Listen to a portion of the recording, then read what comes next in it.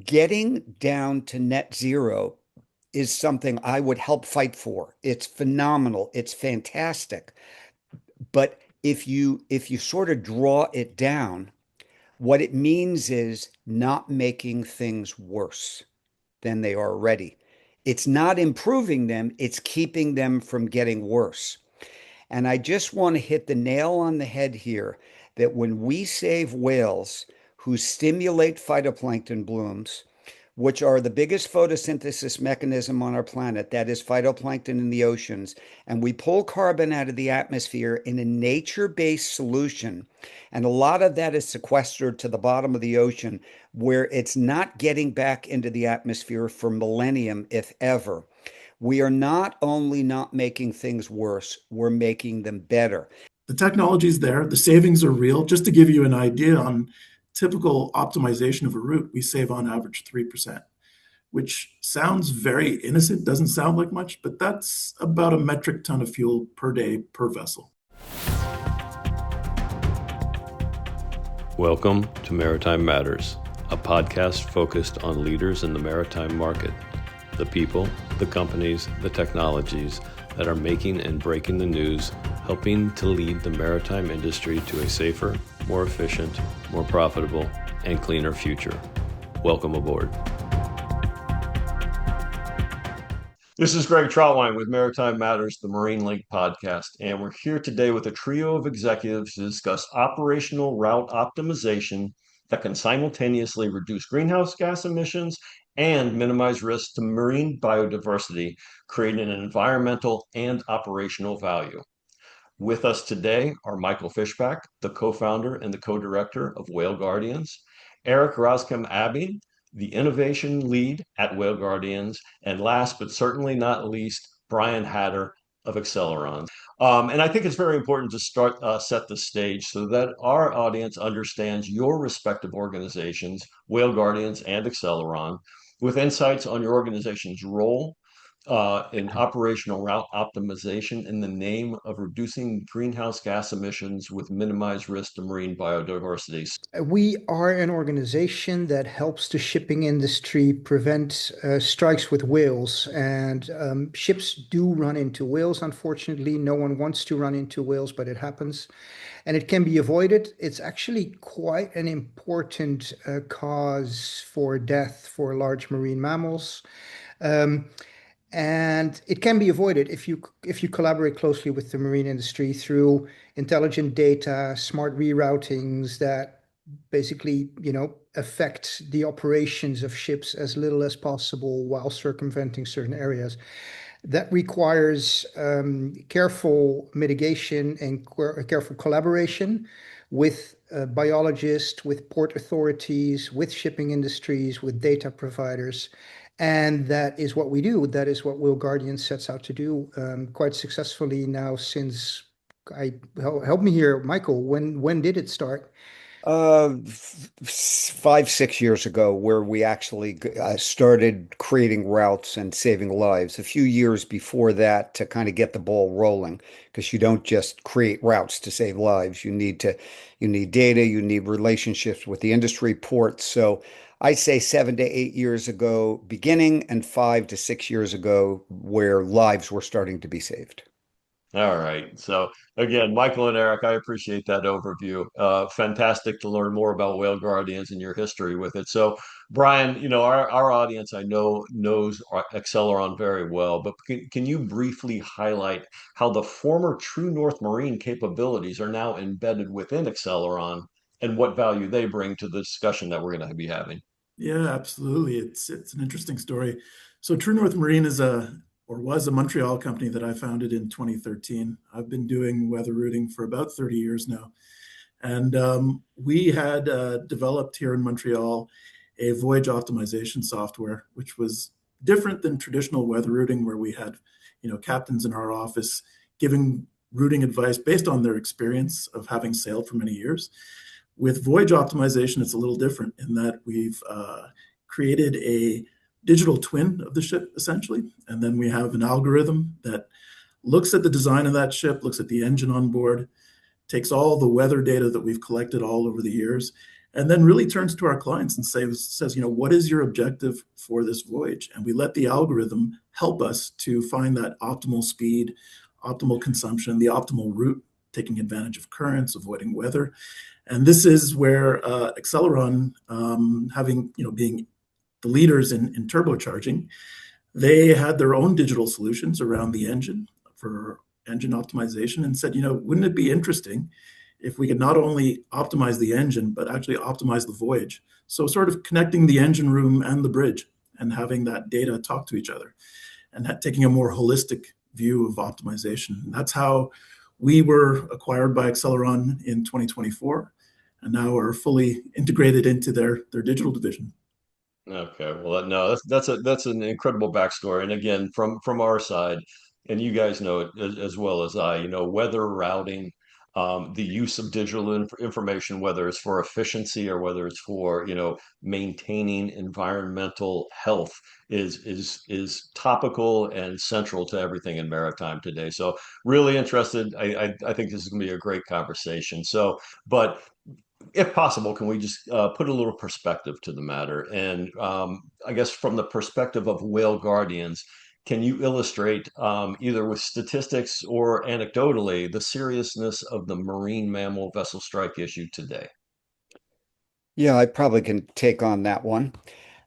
First of all, I just want to let you know that in the very beginning of starting this effort, I was warned by the experts. These are some of the most well-known whale experts in the world, and I've been studying whales myself as a biologist for over 3 decades. Yeah, Yep. so back in the early days, again, some of the leading whale biologists in the world warned me, helped me get started, and warned me, stay away from numbers, stay away from definitive numbers. And one of the reasons is that all whales, other than the right whales, there are various right whales: North Atlantic right whale, the North Pacific right whale, and the Southern right whale. They're all negatively buoyant. So the vast, vast, vast majority of them sink when they die. And nobody knows that they ever got hit because the ships of the international fleet, for the most part, are so big that nobody feels a strike. And that's been proven by, for example, ships coming into port with blue whales draped around their bow, because in certain strike instances, the whale will actually wrap and get stuck on the bulbous bow. And they come into port, and nobody on the ship knows that they've hit a blue whale, and no one even believes that there's a blue whale on the bow. So if they don't feel a blue whale, they're not going to feel any whale, because blue whales are much bigger than all the other whales. So I'm going to give you some juicy information, but I'm not going to give you 416 or 3,904. I'm going to tell you that it is certainly widely accepted that the numbers of whales that get killed each year unintentionally by ships are in the thousands. I believe they're in the low thousands. There are people that are coming out with figures like 20,000 without proof. I don't believe that there's 20,000. However, I want to add one other thing, because this is not only a story of strikes, and it is too often told as a story of strikes. It's a strike or it's a miss, but misses that are close are very disruptive and very stressful for the whales. And our program pre-routes separation of the ships and the whales. And we don't know, again, the exact numbers, but my guess would be that for every life that we save, we are eliminating 50 stressful near misses. And these animals need to communicate. They need to find their food. They need to do what they're doing and not be disrupted. So we're saving lives and we're minimizing stress. And all of that leads to helping our climate, because whales stimulate primary productivity in the ocean. That's phytoplankton. That's the greatest photosynthesis mechanism on our entire planet. And what does photosynthesis do? It pulls carbon out of the atmosphere. And through the process of regeneration and growth using that carbon, it releases oxygen. And in the marine environment, a significant amount of those carbon molecules, unlike going in trees on land, get down to the bottom of the ocean. That's if they're not consumed by the marine ecosystem. And phytoplankton does not live a long time. So this is a much bigger story than saving the lives of whales. And it's a much bigger story than relieving stress from whales. It's just a big story, period. We talk relentlessly, as I said in our pages, about route optimization, but most of the time it's in the context of weather routing, fuel and emissions saved, vessel and crew security. But apart from coastal speed restricted zones mandated by law, the matter of route optimization in the context of reducing risk to marine creatures is one that I'm not intimately familiar, hence the podcast today. So, very long-winded intro to a short question. Today, how prevalent is maritime or how prevalent in maritime is route optimization in the context of reducing risk to marine creatures? Well, so interestingly, what we are seeing is that indeed we're sort of at the forefront of things. We're sort of at the fountainhead of a new, you could say, a new element in the whole equation of route optimization. However, the adoption rate and the speed at which this new thinking is adopted is phenomenal. We have calls every single day with new shipping lines, new weather routing companies. Brian has been a great example of accelerating this movement and talking to his peers and his colleagues about this issue, and everyone just saying, yes, this is totally logical. We need to be a part of this. It's not going to cost us a lot. It's a really good thing to do. We all want this. It's our responsibility. So we have a fairly easy pitch to make, and we get a lot of response these days, aren't we, Michael? We really Yeah. see the uptake.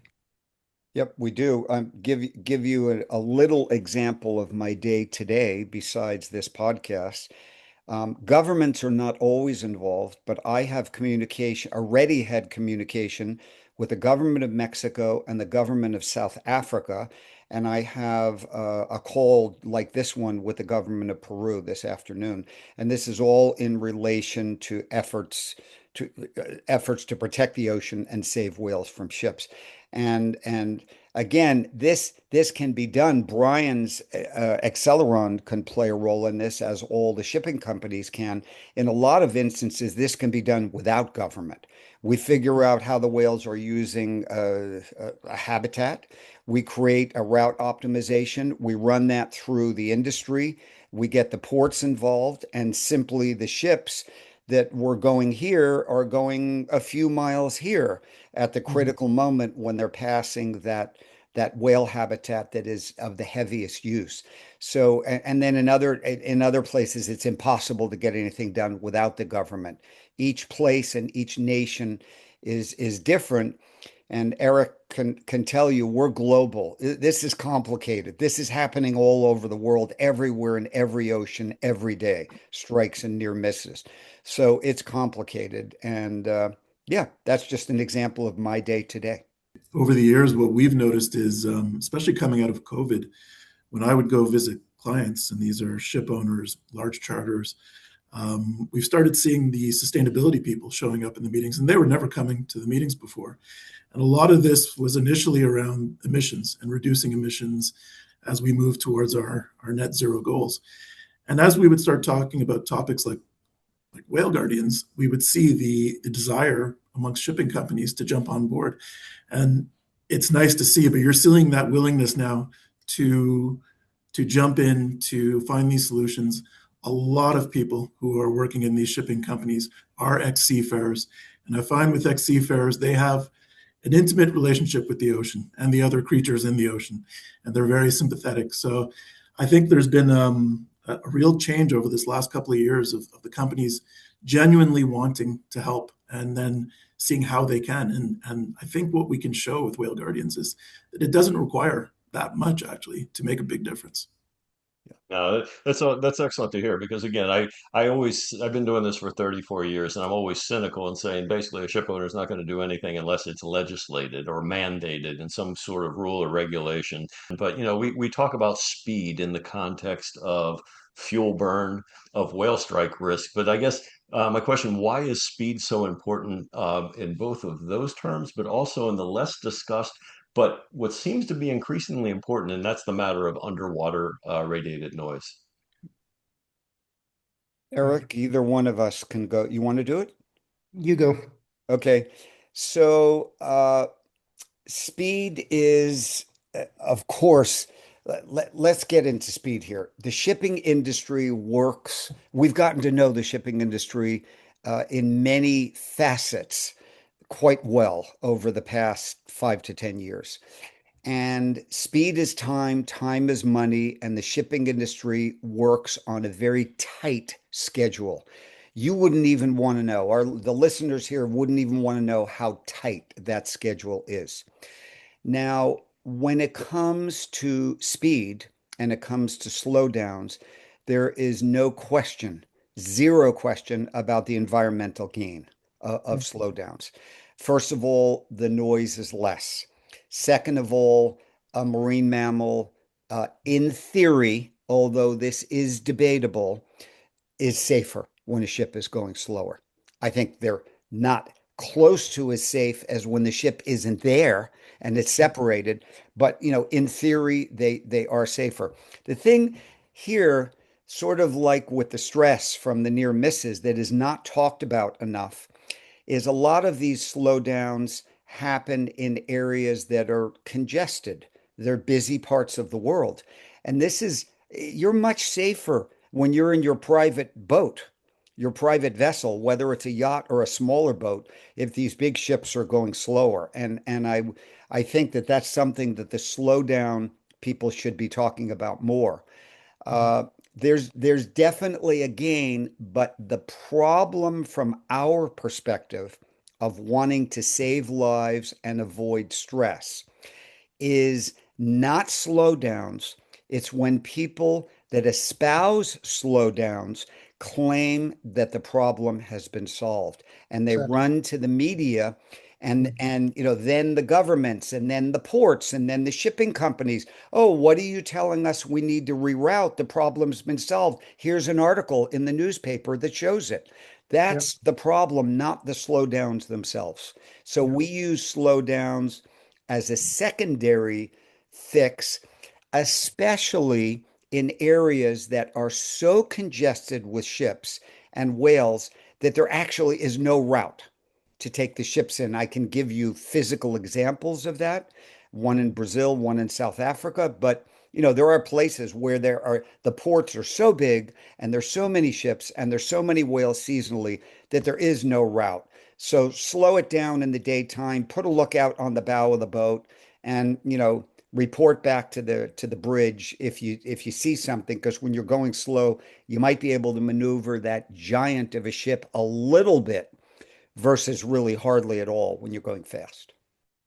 Well, I think what Michael's saying is spot on, that when slowdowns are used as the solution, they really miss the point. And we've been seeing that a little bit in the both in the science world as well in the shipping world. So we've been trying to be as clear as possible in our mitigation measures, and that is number one, don't be where the whales are.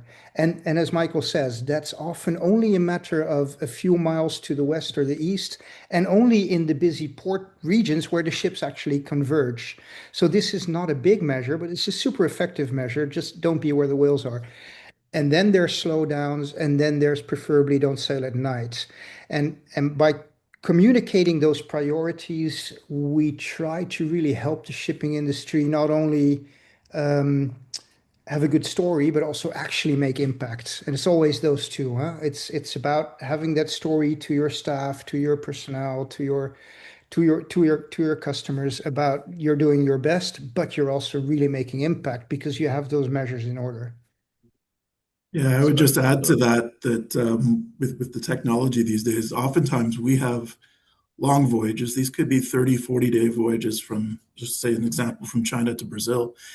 And this impact on the whales is really just over that last half day that we need to. So the first 39 days, we have the luxury of planning the speed to arrive at a certain time of day, hopefully to avoid the feeding time, to Yeah. take those waypoints from whale guardians and sort of, as much as possible, minimize the risk, and then slow down as well. So those three facets, it's Yeah. very possible to do, and to show both charters, owners, whoever's operating that vessel, that the cost is negligible. Sometimes, in fact, by doing the slowdown during the first 39 days, you're actually saving time.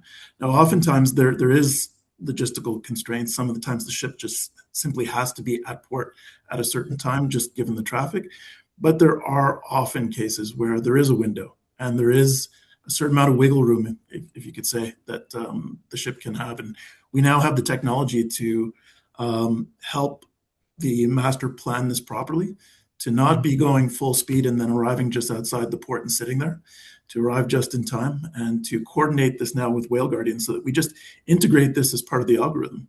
I just want to say when this was all started, I didn't know about people like Brian.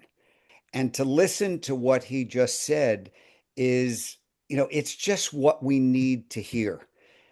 People that are stakeholders that can actually make a difference. We're not the only ones that can make a difference, and we can't fix the entire planet. This problem on the entire planet. I have not met Brian personally, and I just want to thank him and just say it's people like him and stakeholders like him that hear more about this and communicate with us that are the dream come true, that are going to make this as effective as it can be in saving lives. And I'm going to throw one more thing in here because we touched on net zero emissions before, and this is a very important topic. I think this will be interesting for Brian as well as our listeners, hopefully.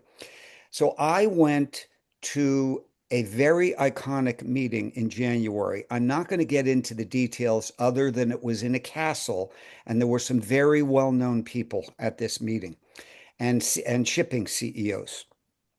So at that meeting for the first hour, the entire conversation was about getting the industry down to net zero emissions, which is a mandate in the EU. In the IMO, it has been a mandate as well. And it actually is of great interest, thankfully, to many of the shipping CEOs and shipping companies. And what struck me after listening to this for an hour was getting down to net zero is something I would help fight for. It's phenomenal. It's fantastic. But if you sort of draw it down, what it means is not making things worse than they are already. It's not improving them, it's keeping them from getting worse. And I just want to hit the nail on the head here that when we save whales who stimulate phytoplankton blooms, which are the biggest photosynthesis mechanism on our planet, that is phytoplankton in the oceans, and we pull carbon out of the atmosphere in a nature-based solution, and a lot of that is sequestered to the bottom of the ocean, where it's not getting back into the atmosphere for millennium, if ever. We are not only not making things worse, we're making them better. So while the shipping industry is busy not making things worse, we want to help them to actually make things better. Uh, Honestly, Michael, that's a perfect point. And quite frankly, I get caught up in my daily business. You get blinders on, and you're just looking at one topic. Oh, whale strikes are down off the East Coast, but I mean, you're looking at it this entire worldview, this entire ecosystem view. Why don't we dig into, I guess, what I would call the meat and potatoes of the conversation? I read recently a white paper. Brian, I believe you are a co-author on navigating with nature. I'll provide the link at the end of this podcast so anyone interested can read it. But on it basically discussed the ESG and the economic reasons for ship owner operators to consider route optimization with marine mammals in mind. And I guess one of the most compelling aspects of the case study, which we've already touched on in a bit, is that environmental protection and commercial performance are not mutually exclusive.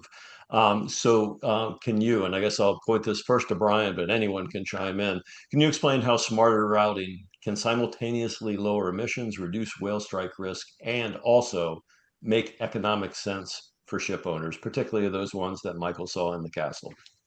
Yeah, absolutely. And I think with any big step, usually with environmental factors, you have to show people that they're actually going to save money. If it's a truth that there's very few companies out there that are going to just do things and willingly spend more money to help the environment. You need to show them that there is a benefit. And I think, with the solutions we have and with the technology and where it is now, it is very possible to save money and help the environment at the same time. It's a win-win. There's really no bad part of it. And we've been able to do quite a few studies, do simulations on routes, and actually have clients who have given us vessels to follow. And a lot of these matters that are going to help us get to net zero are going to be the designs of the ships, the new fuels coming in the future. But there are a number of things we can do right now that are quick wins. I like to call it the low-hanging fruit that are right there, just operating our vessels more smartly. A lot of the ways that, we work with a lot of bulkers. A lot of these cargoes are moving based on contracts that were designed in the 1940s. If you read the contract, it stipulates the ship has to go at this one speed, a warranted speed, and that's 13 knots, let's say. And it's kind of crazy in this day and age that you'd be sending the ship halfway around the world and telling the captain, just go 13 knots, don't change your speed. There's no reason that we should be doing that anymore. And we should be able to adjust our speed for the weather primarily, but also for other factors like whales, like marine mammals that we can help. So the technology is there. The savings are real. Just to give you an idea on typical optimization of a route, we save on average 3%, which sounds very innocent, doesn't sound like much, but that's about a metric ton of fuel per day per vessel. Mm-hmm. And at any one time, with Accelleron on our digital platform, we have about over 4,000 vessels. So that's mind-boggling when you think about it, the amount of fuel that you can save in a day just across a fleet. So we really do see the benefits of using this technology now. And more companies are jumping on board. They're seeing the value. And now we're looking outwards beyond just saving fuel. What else can we do to really minimize the footprint of shipping? I think, shipping does account for the bulk of goods that are moved in this world. It is still the most efficient way to move goods in bulk, but there's so much more we can do that we're just scratching the surface, really. So I love what Brian is saying because it involves this very careful pre-planning of a voyage. It's very much about having all the variables in place and solid algorithms and data to plan the route and optimize it. And that is, from our perspective of whale protection, this is really crucial because you could say there's sort of two schools in this business. One is pre-planning and the other one is ad hoc avoidance of whales that are observed on the spot. Both are important. The second one, however, requires observation, it requires ad hoc maneuvering and those kind of things. And of course, if you can avoid a whale, avoid the whale by all means. But the whole environmental issue of saving fuel is only reached with the first option. That is one solid reason to go for the first option. The other one is that is much, much, much more effective because you effectively move the ship out of the way of the whales rather than waiting for the last moment when you have actually created a risk for both your staff, the ship, the whale, and the environment. So we are very much in favor of that solid pre-planning. That requires collaboration with companies like Accelleron, people like Brian. That requires a lot of data, smart algorithms, and smart tools like Whale Guardians have been developing as well. Because I don't know if we're going to touch on this. I just want to speak for the whales for a second. I want to give everyone an idea of where we're at as compared to where we were. Interesting that Brian mentioned 3% before, not being much, because in the Southern Ocean, that's about all we had left from the blue whales that were originally there. It was about 97% of them that were killed in the era of industrial whaling. So, 3% doesn't sound like much, but it's, there you go, one side or the other. So just want to put a couple of numbers on this. We believe, of course, there were no counts and nobody knows specifically, that there were probably between 4 and 4.5 million great whales or large whales on planet Earth prior to industrial whaling. Now, about 1 1/3 million, maybe creeping up to 1.5. It's a little bit hard to say. Now, the recovery is important, as we have mentioned before, for the whales, for the environment, for the global economy, multi-billion-dollar industry in well over 100 countries in the world, spread not only to the wealthy countries, but to some of the poorer countries, a very important part of tourism for them. And the thing that is really keeping the large whales from recovering right now that we can make a difference with are unintentional ship strikes. And let's call them all unintentional, because I think Brian or any of us can say there's no master mariner driving his bulk carrier, his tanker, his container ship around the world right now that is looking eagerly to kill the next whale that they come near. They all, nobody wants to do that. So by avoiding these strikes definitively, as Eric pointed out, we can stimulate recovery of this void that is there. And as I've mentioned earlier, that does so many things when we do that. And I also want to speak for a couple of species like the blue whale and all the right whales. We have 3 species in the world. They are they are really at risk of not making it if we don't fix the ship strike issue.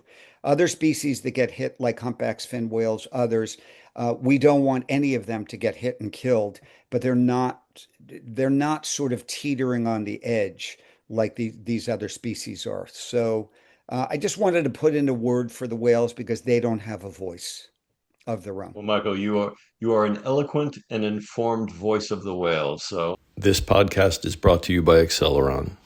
Accelleron is a global technology leader in turbocharging, fuel injection, and digital solutions for heavy-duty applications. Building on a heritage of more than 100 years as a trusted industry partner, the company serves customers in more than 100 locations in more than 50 countries. Accelleron's more than 3,200 employees are continuously innovating to deliver best-in-class products, services, and solutions that are mission-critical for the energy transition. Accelleron, accelerating sustainability in marine and energy. Brian, I just want to jump back on something you mentioned, because obviously we were talking, this is an interesting conversation because most of my conversations really focus on the operational efficiencies, the fuel burn. We've talked about fuel burn, we've talked about emissions, but if I'm quoting correctly, the case study that was in the white paper showed nearly a 200 ton of CO2 per voyage reduction simply through operational changes without retrofits, without alternative fuels. I guess for operators under pressure to decarbonize, how significant is that? It's very significant. A lot of the solutions that we have with Accelleron, we have engine optimization solutions, the voyage optimization solutions. We also do optimization of the hull and propeller. None of these require huge CapEx investments. There's no sensors to install. It's simply software, and it's taking data and leveraging that data to run that ship more efficiently. So it's those low-hanging fruits I was talking about before. And you combine all of these, 3% here, 1% here, another 2% here. These savings are significant for the ship owner, for the charter, whoever's paying for the fuel, essentially at the end of the day. That is a huge benefit. And it's something that we see more and more companies moving towards now, that they're realizing that. I think we can all acknowledge that shipping is not the most tech-forward business. It's a very traditional business. But I really feel that coming out of COVID, there was a lot of companies that sort of reset, kind of took a look. I think there was a lot of tech companies that looked at shipping and said, it's ripe for digitalization, and came in and sort of shook it up a bit. And also, too, now we have, IMO passing new laws with regards to emissions that are forcing the issue. So it's kind of, much like you, Greg, I've been in this industry about 30 years. I think the change I've seen in the last 3 years is more than the first 27. I would say easily. Wow. And it's changing fast now. So this with Whale Guardians is just one other element, but we're going to be working with a lot of other stakeholders, seeing how can we leverage this data to improve things.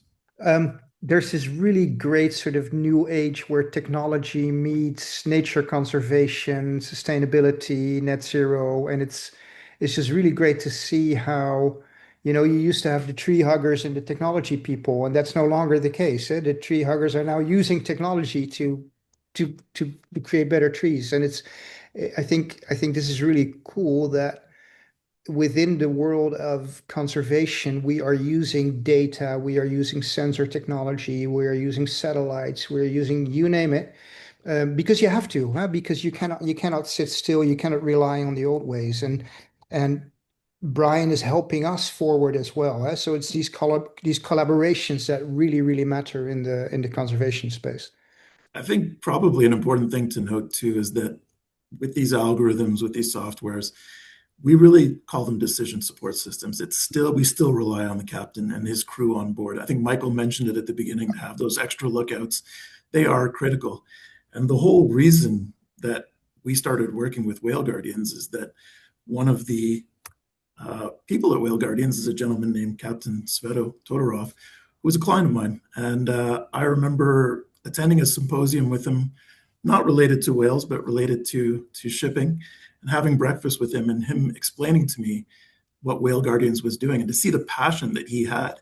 And I think this is something you see with a lot of captains, a lot of seafarers, a lot of chief engineers who've spent a lot of time at sea. They have a respect for the sea and everything in the sea, and they really are passionate about it. And a lot of those people are in these shipping companies in managerial roles. And now when you bring something like this to them, it doesn't take much convincing for them to jump on board. Brian, in the previous answer, you kind of mentioned, hey, this is software, but can you walk us through what nature integrated routing actually looks like in practice aboard a commercial vessel? I guess what, if any, operational decisions are actually changing? Yeah, to be honest, we are working on this solution. It's still not operational, not fully 100%. This is something that we're working on with Whale Guardians. We're trying to figure out how to integrate this into our systems. But essentially, it would look at when we were planning a route, as Eric said before, we really try to look at everything before the voyage starts. And this just becomes another variable in it. A lot of our clients, when we are doing their objective for the voyage, we start with an ETA requirement, then we look at what's next. Is it just simply to have the least cost, the least fuel? What are your considerations? Even for a lot of our clients, if they're ballasting a ship to a load port, they could have a consideration like they don't want that ship arriving on a Saturday morning because there's just nobody there to load the ship, and we have to have that timing in place. So this is another element that we can put into it. The algorithm can crunch millions of data points and figure out, over a 20, 30, 40-day voyage, what is the optimal time to be arriving, that 12-hour gap, that 12-hour period right before arriving in port, and finding that proper route, that proper speed to minimize the potential. I don't think we can ever promise that we're going to avoid whales completely. It's just impossible. But I think we can minimize quite a bit the potential for a strike.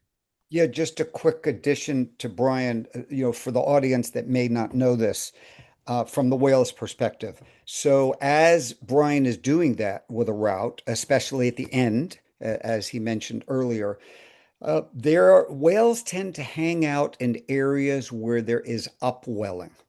Upwelling brings nutrients to the surface that are on the bottom, and it stimulates food production. And upwelling doesn't happen, if we look at land, it doesn't happen in places that are flat, like the wind. If the wind hits a mountain, it has to go up. And it's sort of the same in the ocean because the bathymetry of the ocean is often very complex. So there are things like continental shelves, which are obvious, but there are other complex areas of bathymetry where the seasonal upwellings, and they change throughout the year, are very, very strong. So one of the simple things that we can do with Accelleron and Brian is have those areas of upwelling and complex shift in bathymetry. In other words, a canyon wall or a mountain underwater crossed at a 90-degree angle rather than transited along for 50 miles. Get it over with. You have to get from one side to the other when you're in the deep ocean and you're coming into port, but get it over with. So these little things for people that are interested but don't really know things like how many whales there were, how many whales there are, what is bathymetry, what is upwelling, where does phytoplankton and productivity happen. These are the kinds of things that we pay attention to, and these are very easy things.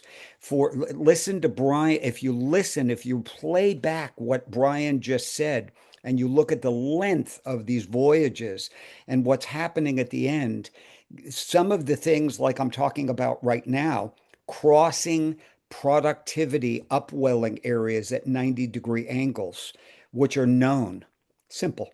I was just going to Okay. say that what Michael said is absolutely true. If you're looking over a 30-day voyage, we might be adjusting the speed downward by zero point 0.1 knot, Yeah. which is very innocent. And actually, when you look at depending on the fuel rates and the higher rates, it could actually reduce costs too. Oftentimes it does. And this Yeah. is what we need to be able to show to our clients at that beginning of the voyage and say, listen, guys, this is the plan. Here's the savings. And by the way, you're also minimizing the risk of a whale strike. It's a win-win-win. It really is. And it's almost a little crazy not to be doing that. Some of the things that you're saying are just kind of resonating, particularly when we talk about digitalization and data. I mean, I forget when we started using the word big data, but these things, they become very trite after a while. But what you're saying really kind of strikes true because there's a lot of information being shuffled to and fro here. So I guess how important is data integration in all of this? As we've said, historically, routing, emission management, compliant or compliance reporting, and sustainability initiatives have lived in separate silos. How does a platform like Lorica 360 help unify that picture for operators? Yeah, it is a big challenge these days. There's a ton of data. And you can imagine when you think about a ship, the amount of data that's coming off that ship, whether it be the engine, whether it be the voyage, all these parameters, it's mind-boggling, actually. So it's to take this data to make it digestible, to make it understandable is a challenge. I think this is where we've been working very hard over the last 2 years. Most of our clients say, listen, Brian, we don't want to come in and be bombarded with tons of information. You have to make this so that we can simply look, see what the benefit is of this data and make it actionable for us and say, here are the scenarios that you can look at. And I think we're there now with that it takes years to get all that data into a data lake, to sort it, but to make it into those sort of bite-sized chunks that people can really use. Just want to Oh, say that while the ships are going around the world as international and intercontinental travelers, so are the whales. Many individuals are seen, well, almost every large whale in the course of a single year is in multiple nations. A number of them are in or off the shore of multiple continents. So when we listen to Brian and we say that we greatly value the work that we can do with someone like him, this is not simple. We do not have fixed animals that are living in a little 100 square mile area and spending the entire year there. It's a very complex issue because everybody, the ships and the whales, are moving all over our oceans all the time, every day. So it takes an army. As they say, we've all heard that one.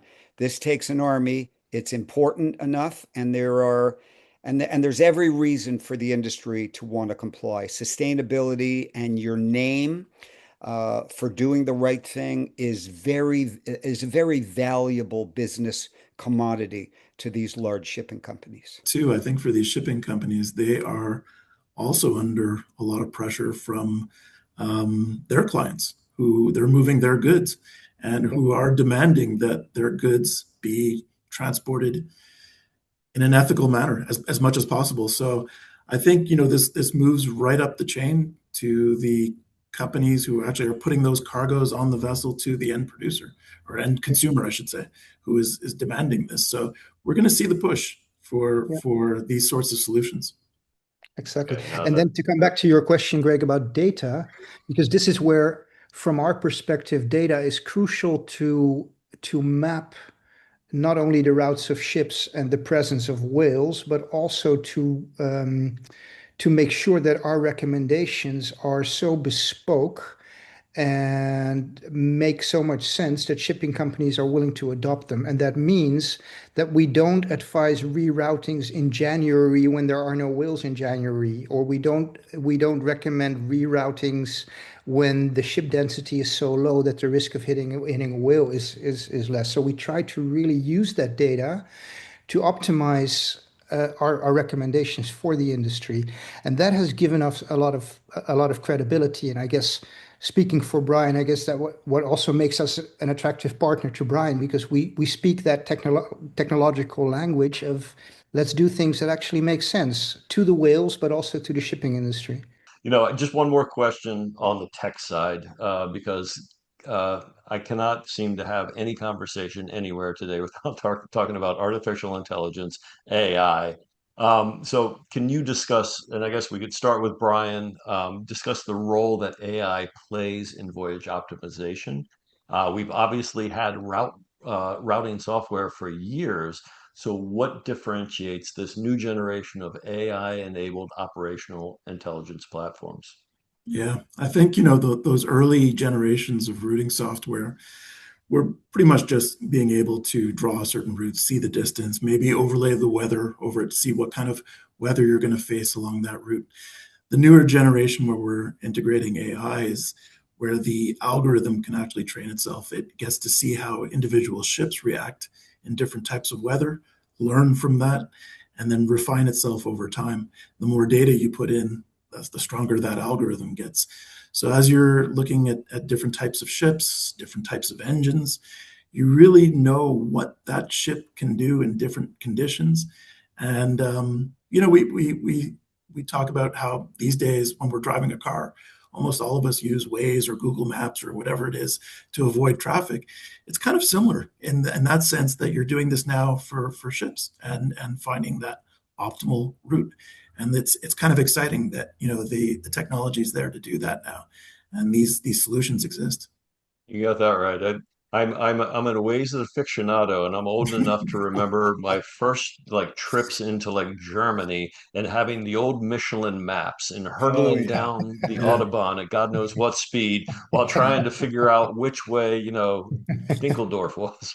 yeah, Those yeah. were the days, eh? Those were the days. Yeah, can you imagine pulling out a map now these days? It's almost, Oh Oh, no, not at all. I still have them. I still have them. yeah, I actually still, even on my boat, I still have paper chart. I still have the paper books and charts, and it's more information, but it's absolutely staggering. So, going back to the white paper, and again, I've referenced that multiple times now, but it references emerging IMO, CBD, COP30 frameworks pointing towards biodiversity accountability in shipping. My yeah. question is, are we heading toward a world where biodiversity performance becomes as measurable and reportable as, say, carbon intensity? I think we're heading in that direction. I think we still have a long ways to go. That paper, which was written with Whale Seeker here, another organization, Quebec-based, Montreal-based, and Emily Tessier-Chary, she did a great job of, really sort of discussing all of this and what it would take to get to that point. There's still a lot of work to do on that front, but I think we are moving towards there. And as I said, I really do feel it's the consumer that's going to drive this up to these products that they're using, and then in turn passing it up to the ship owner. So Yeah. if we all just keep pushing, even at the sort of grassroots level, it will come. Yeah, yeah. And luckily, we're not holding our breath till the legislation is there. Eh? We're really moving ahead, and I think the industry is moving ahead. Indeed, what you're saying, Brian. I think consumers are moving ahead with the kind of demands they're making towards the industry. So, and legislation, as usual, will follow eventually, but like I said, we're not holding our breath. We're not Excellent. whales who can hold breath for how long, Michael? Well, sperm whales and beaked whales can get upwards close to 2 hours, but most of the whales that we're more familiar with, humpbacks and blue whales and stuff, were typically 10 to 15 minutes is a good dive for them. Occasionally longer and occasionally shorter, depending on where the food is. Remember, and I referenced food before, you're a blue whale. You're the biggest animal that ever lived. 32 bull elephants. You can fit an African bull elephant in your mouth. That's how big you are. Look at my fingers. Each individual piece of food you eat is about that big. You need a lot of it. So they spend a lot of time focusing on upwelling areas and food, and that's what they need to do. Not all of their time, but a lot of their time. And a lot of that makes our work easier because we can see where that's happening and we can keep the ships away. Okay. So, Michael, as the voice of the whales, I want you to work on that holding the breath. We won't, the breath. We won't take you to 2 hours, but maybe that 10 to 15 minute frame might work. I did over 3 minutes once with some free divers coaching me. Oh, Very impressive. So, gentlemen, I genuinely appreciate your time. I just had a couple more questions.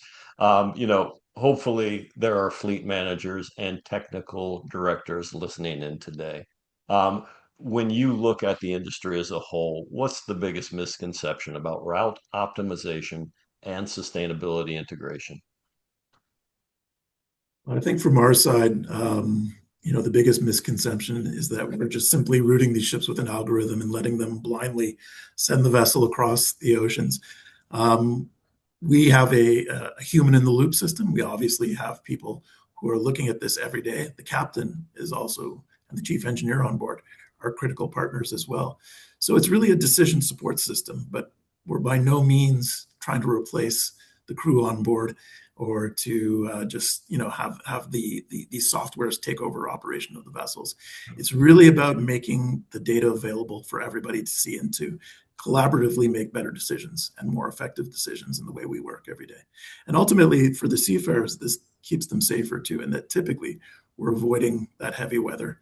If you were just sending that ship at 13 knots across the ocean, you'd be running into systems left and right. Here it's almost like watching a video game. You can see the low pressure system coming in, ship slowing down, letting the system pass, moving behind. It really does work beautifully. So this is, what we try to convey to some of those managers who might be looking at it and saying, well, we've been working for 30 years this way. Everything works fine. Why would we change?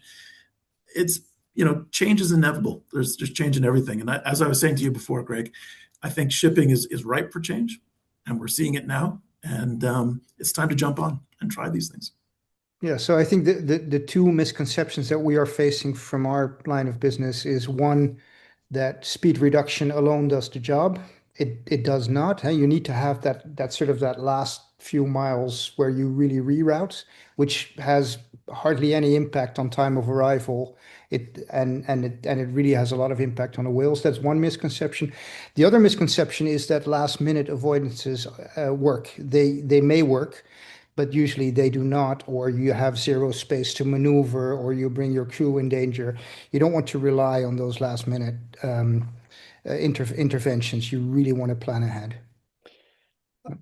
My addition is just going to be that although we do definitely focus on port regions, let's face it, there are 50,000 or more ships. Brian can confirm that on the high seas right now of the international fleet, probably a little bit more than 50,000. They're all going somewhere. It's like when you see a bunch of people in a city, everybody's going somewhere. Well, where are all these ships going? Well, actually, every single one of them is going to the next port. That's where they're going. And if it's a port where seasonally whales are present because that food that they must have is present or some other reasons for socialization, birth, courting, birthing, nursing, etc., is present. Those are going to be your highest risk areas without question because it's the most congested. But let's keep in mind what I said about bathymetry and upwelling and productivity, because these animals don't only feed near ports, they also feed in between ports. They feed on their migratory routes opportunistically. So we have a much more challenging problem to get data in those areas, but it is a great interest of ours. Additionally to that low-hanging fruit, Brian, you're not the only one that uses that term. We use it too. Those are the port regions. But the migratory routes along the continental shelves or the rich upwelling, complex bathymetry areas are areas that we definitely need more data. It's harder to get, and this will take another podcast. Eric can tell you, he'll shake his head. We're working on it, and we're making great headway. But that's for another podcast. So that's my 2 cents worth on this one. Gentlemen, genuinely appreciate your time. We will definitely continue this conversation again, but I know everybody's on a time budget here. One final question. From where you sit, is the maritime industry finally reaching the point where sustainability is no longer just compliance, but it's actually becoming a competitive operational advantage? I don't think we're reaching that point right now. I think actually there's something about the maritime industry. I mean, let's not look at whaling and the detrimental things that have been going on, but I do find a lot of entrepreneurs in the maritime industry very ethically aware and very aware of the environment that feeds them. So I find it a bit steep to say we are finally now reaching that point. I think we have been working on that for quite a while now, and then I'm actually quite positive about the maritime industry being willing to change and being willing to pick up the responsibility to care for the environment that feeds them. I'm going to be interested to hear Brian's comment on this, but here's mine. Um, I'm not sure that there's a competitive advantage yet. That's a dream. We would love to get there. Here's what I am pretty sure of. Let's go right to the top of all the shipping companies in the world. Well, that's actually a lot of people because there's a lot of shipping companies in the world. And I can pretty much guarantee you that the vast majority of those shipping CEOs have someone in their family, a loved one, or themselves who just loves whales. It might be them, it might be their childhood, it might be their wife, it might be their daughter, someone in their family that loves whales. So right now, the advantage may rest a little bit there. If we can get it to be a competitive advantage, and I'd really like to hear Brian's comment on this because he clearly knows the industry better than Eric and I do. If we can get it to be a competitive advantage, we've won. We've won the game totally. Right now, I think it's more of a soft spot love advantage because whales are beloved by many. I think from my point of view, as I was mentioning maybe earlier in the podcast, what we see now with many of these larger shipping companies is a chief sustainability officer. And that was never there before. And oftentimes these people are not coming from a maritime background. They're coming from a sustainability background. And their mandate is to explore, find solutions that can help the company. Typically, it's mostly around emissions, but also work with the operations, the commercial people to show the benefits of these things, of how a lot of times when you're taking steps to help the environment, it doesn't mean it necessarily costs more. In fact, it can be the opposite. And as I said earlier, since we've started working with Whale Guardians now over the last several months, as I'm visiting clients and I mention this project and how it's on the horizon and what we're coming with, there's a genuine excitement about it. And you can see that it's not fake, it's genuine, and people are willing to take these steps. So I guess I'm an optimist on this side, that I do see it coming. I see the change. And I think for organizations like Whale Guardians, there's a bright future, and that I think we can really do something special here over the next several years in reducing the amount of whale strikes. Okay, well, Again, gentlemen, I genuinely appreciate your time. I mean, it's been entertaining, but it's also been educational from my standpoint. I picked up a lot of things that I just did not know or did not think about, and I certainly look forward to continuing the conversation. So for Michael, Eric, and Brian, thank you very much for your time and your interest. Thank you. Thank you so much. Thank you very much. Cheers. Bye-bye.